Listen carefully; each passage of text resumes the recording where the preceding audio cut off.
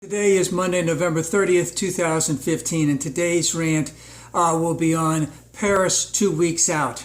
Now, the horrific killings, the slaughter that occurred in Paris is about 2 weeks old, and now it's been not supplanted, but let's just say a lot's going on this week with the Planned Parenthood killings in Colorado Springs on last Friday, and the upcoming climate change negotiations that are going on in France this week.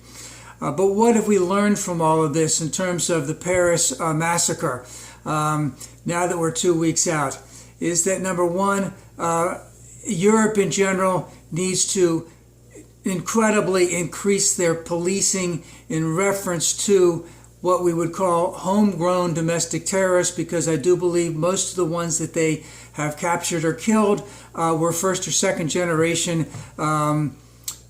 people from the Middle East that were living in Europe, and that the systems that they use in France is different than the systems that they use in Brussels, and they need to find a way to coordinate their systems and that they can be in track with each other day in and day out, especially as they monitor the movements of people across borders.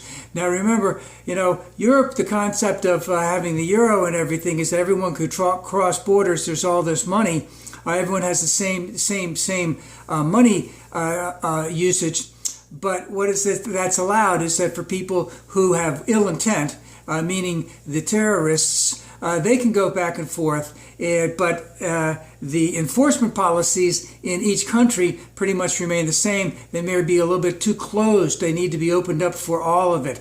And that because now France is now trying to take a lead as to what's going on in the Middle East, we need to acknowledge 100% that we cannot do anything, I shouldn't say anything, but our ability to change things in the Middle East is limited in terms of defeating Daesh until there can be sufficient ground troops to hold geography once Daesh has been kicked out of an area.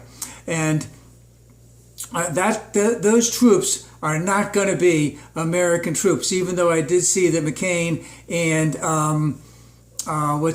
Graham said, hey, let's bring them over there. Remember, those 10,000 troops are going to go much higher if that ever happened. And we did such a great job with rebuilding Iraq last time. We might as well try it again, I guess, because we'd be there for at least another 10 years.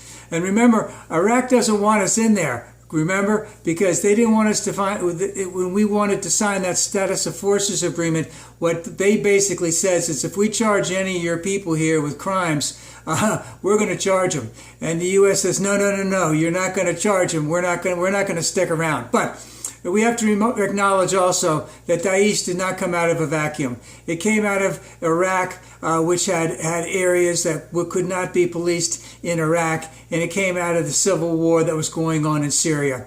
So what we've learned from Paris is that we need to have a tremendous amount of more inter-country policing in terms of the movements of some of these individuals. We have to deal with liberties also in reference to that in Europe, and that we cannot defeat Daesh unless there is a sufficient ground force to hold the land which we have recovered.